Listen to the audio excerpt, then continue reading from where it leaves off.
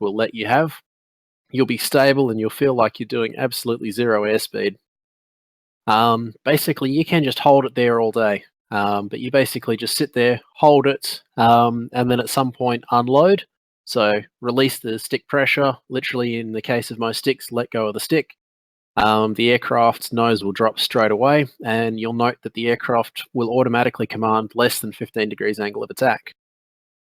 Once you've done that, keep the nose low enough to accelerate to 200 knots, and once you've gotten 200 knots on the aircraft, then you can start to pull back on the stick to recover the aircraft. So anytime it says recover on the diagram, that's literally just talking about a recovery to level flight. Pretty simple. Yeah, questions about that? Nope. No worries. I guess I'd probably be a little worried if there was. So that's the first maneuver. Really simple. You can most people once or twice, and they're pretty happy to do that.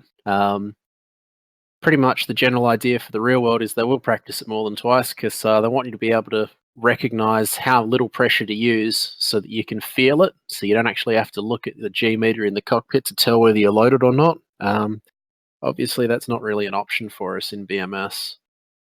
If you scroll down a bit further and find figure 3.22, the second maneuver is the nose high recovery maneuver. This is where things start to get a little bit more interesting. You still won't hear the stall warning horn on this one. You start basically in the same conditions, but at 350 knots instead of 250 knots. And just going to write this all down again so I've got reference to it. 350 kCAS. Again, mil power, neutral trim, and fuel balanced. However, we're going to pitch up to 60 degrees for the second one, which will obviously get us quite a bit higher. 60 degrees pitch. And then again, we're going to hold that at 60 degrees pitch. And again, to start with, you're going to need push forwards on your stick to hold that 60 degrees pitch. As the aircraft slows down, it's going to transition over to needing to pull back on the stick. Do you guys know why you're going to need to push forwards on the stick to start with?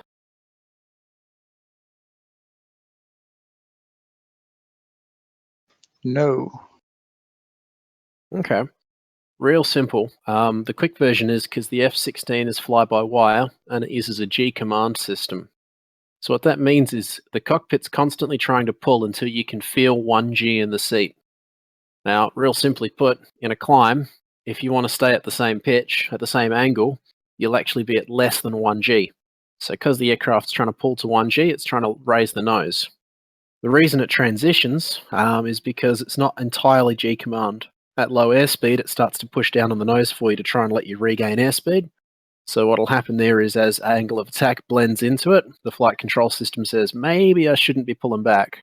And so as that starts to happen, it'll actually try to drop the nose, and then you will have to pull back on the stick.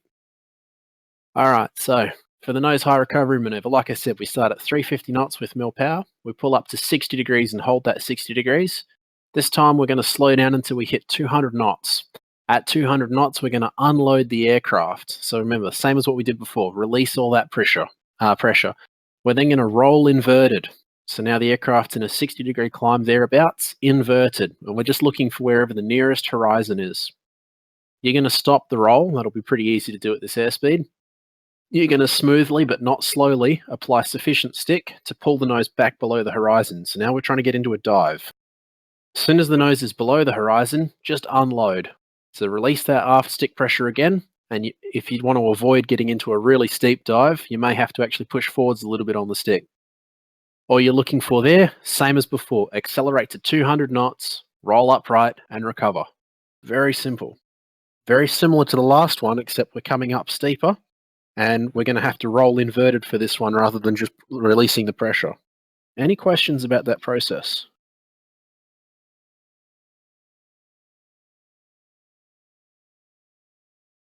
All right. So the whole point of number 2 is this is basically teaching you the recovery maneuver that's going to be used for every other maneuver after this one. They're going to get a little bit more complicated, and they're going to happen at less airspeed, so you've got less aerodynamic ability to perform the maneuvers, making it harder and requiring a fair bit more skill. But this is the basic process. If you can do this, then to some extent you can do any recovery in the aircraft. All right, roll inverted. Recover at 200. Hearts number 3.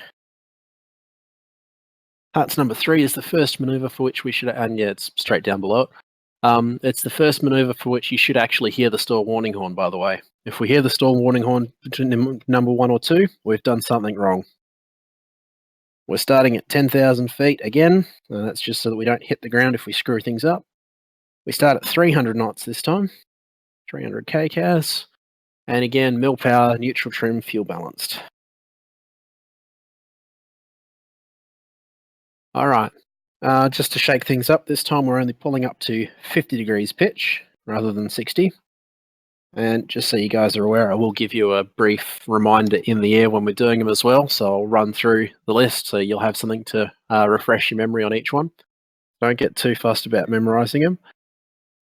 So again, we're pulling up and holding 50 degrees pitch. We're going to just sit there and hold that. So same thing to start with, you're going to need a little bit of forward stick and it'll slowly transition to aft stick.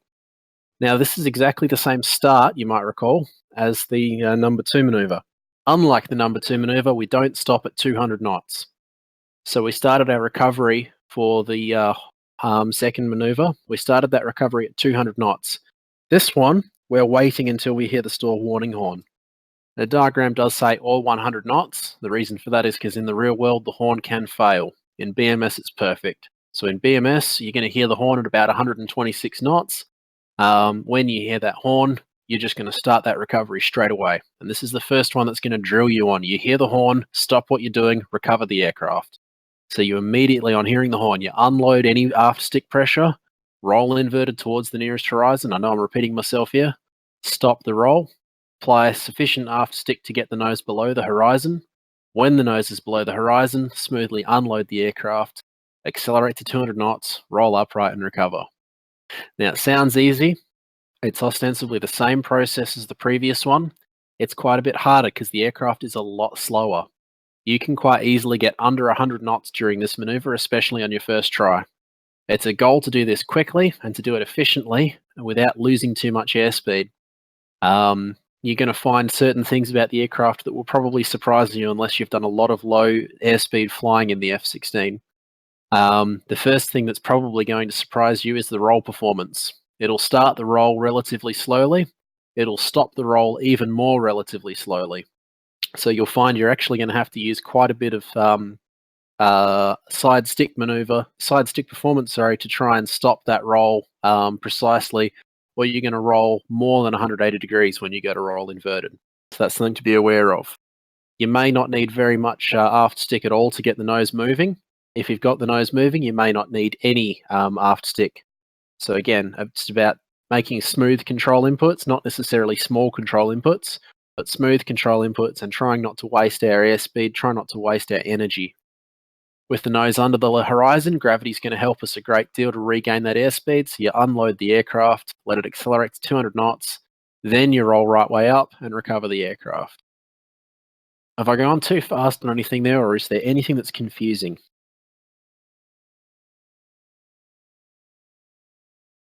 I'm keeping up. I'm trying not to make it too boring, but I'm also trying not to labor it too much as well. All right.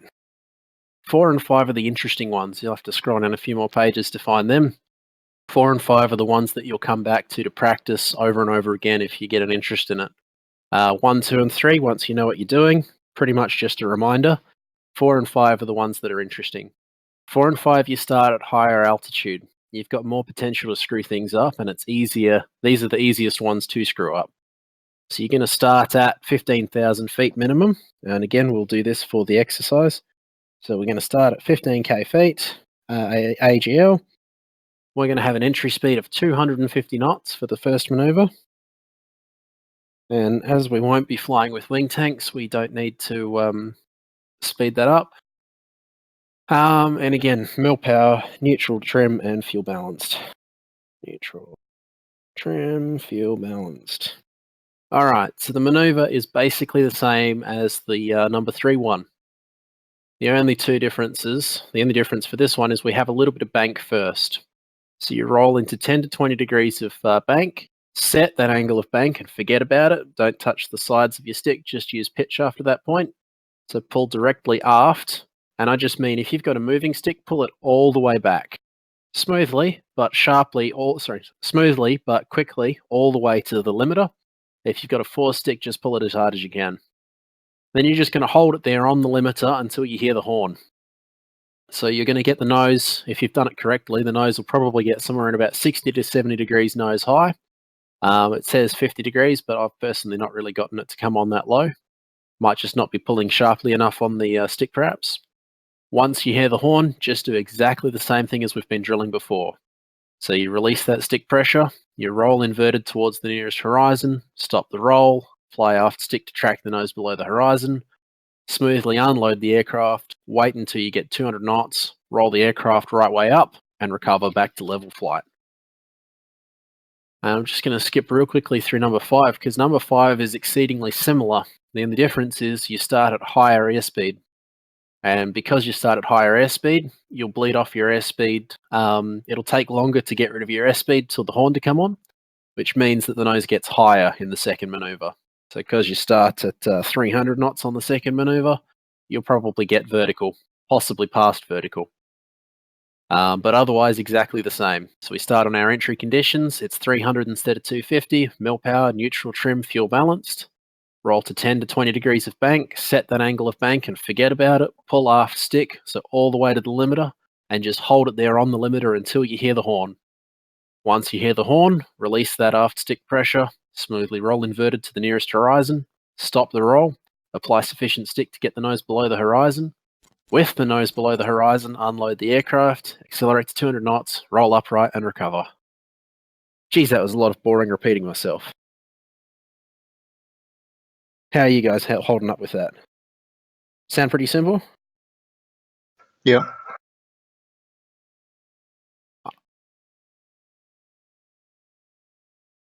That's it. Well, I will repeat it in flight before each maneuver. So, way I figure we can do this is as a 3-ship, we can take off from Kunsan, we can fly out to the training area from Kunsan, and I figure MOA 17 will probably do a good job.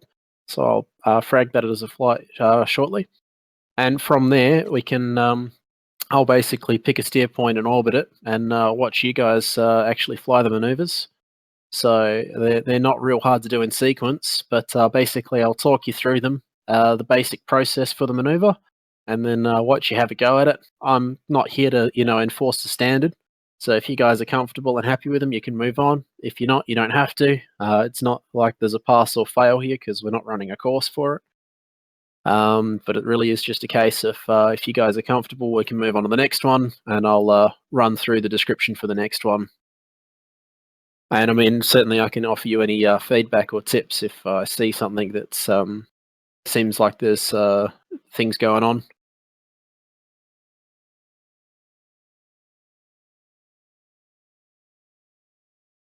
This really is just one where you will learn a lot more by practicing it than reading about it.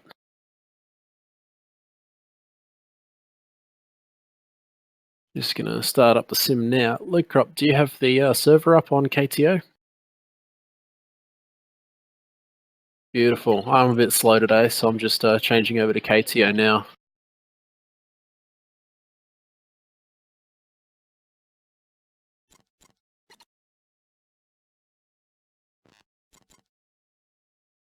Gotcha.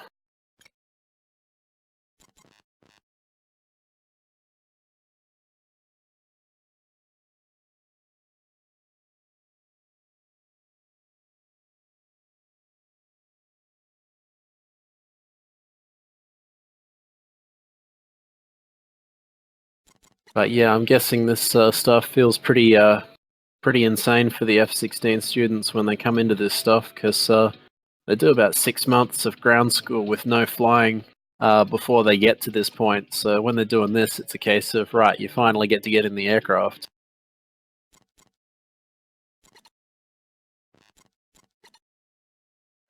Did you hear there's a pilot shortage in the US? I've heard that a few times in the last 5 years. I saw an article about it.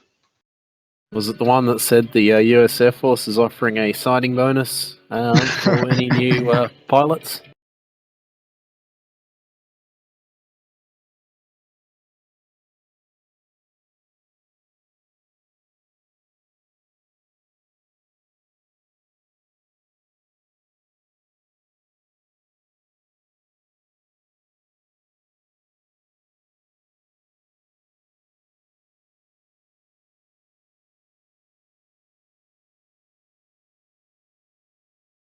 Alright, game's up.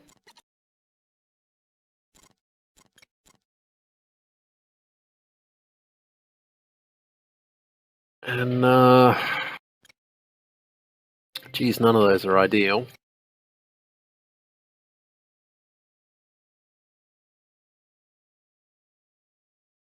Oh, that'll work. Ah, but they're all 2 ships. That won't work.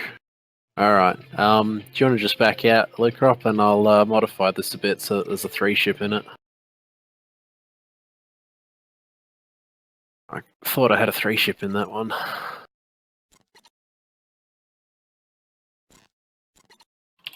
My bad.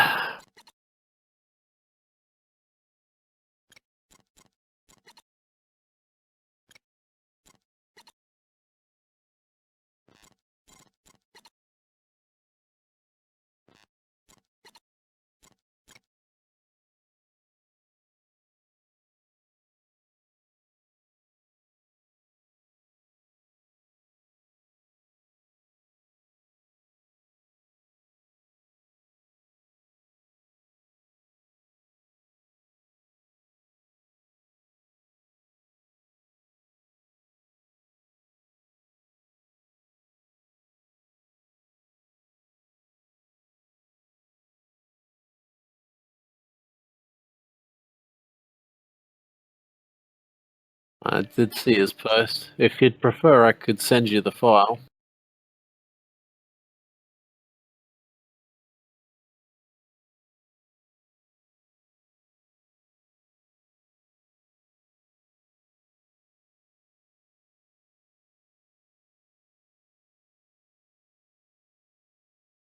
If you had a... yeah. What was the username?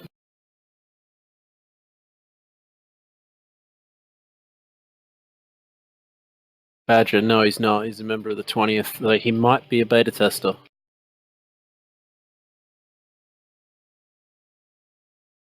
Also not a developer.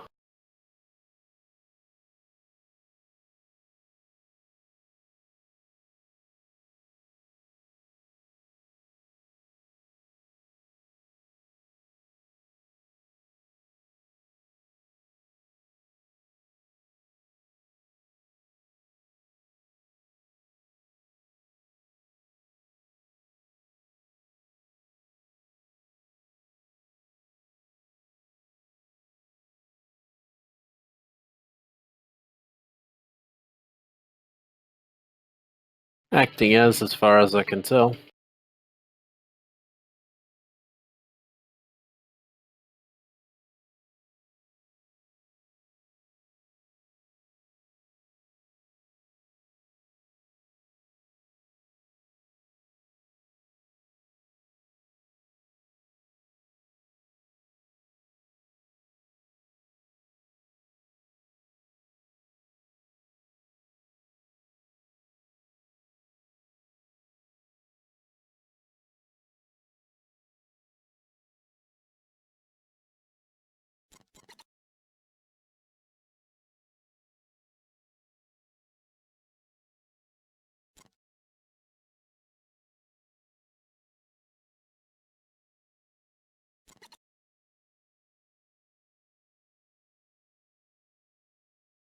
Yeah.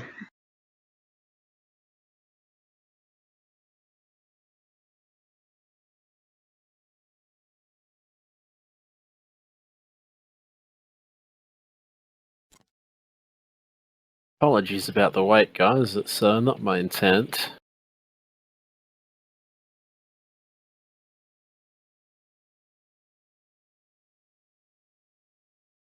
Alright, yep, and loadouts. Let's make it a nice tack loadout.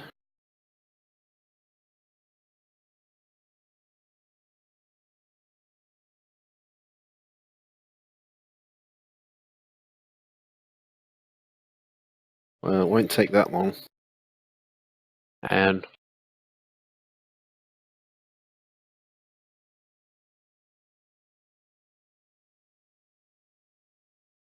oh, nice.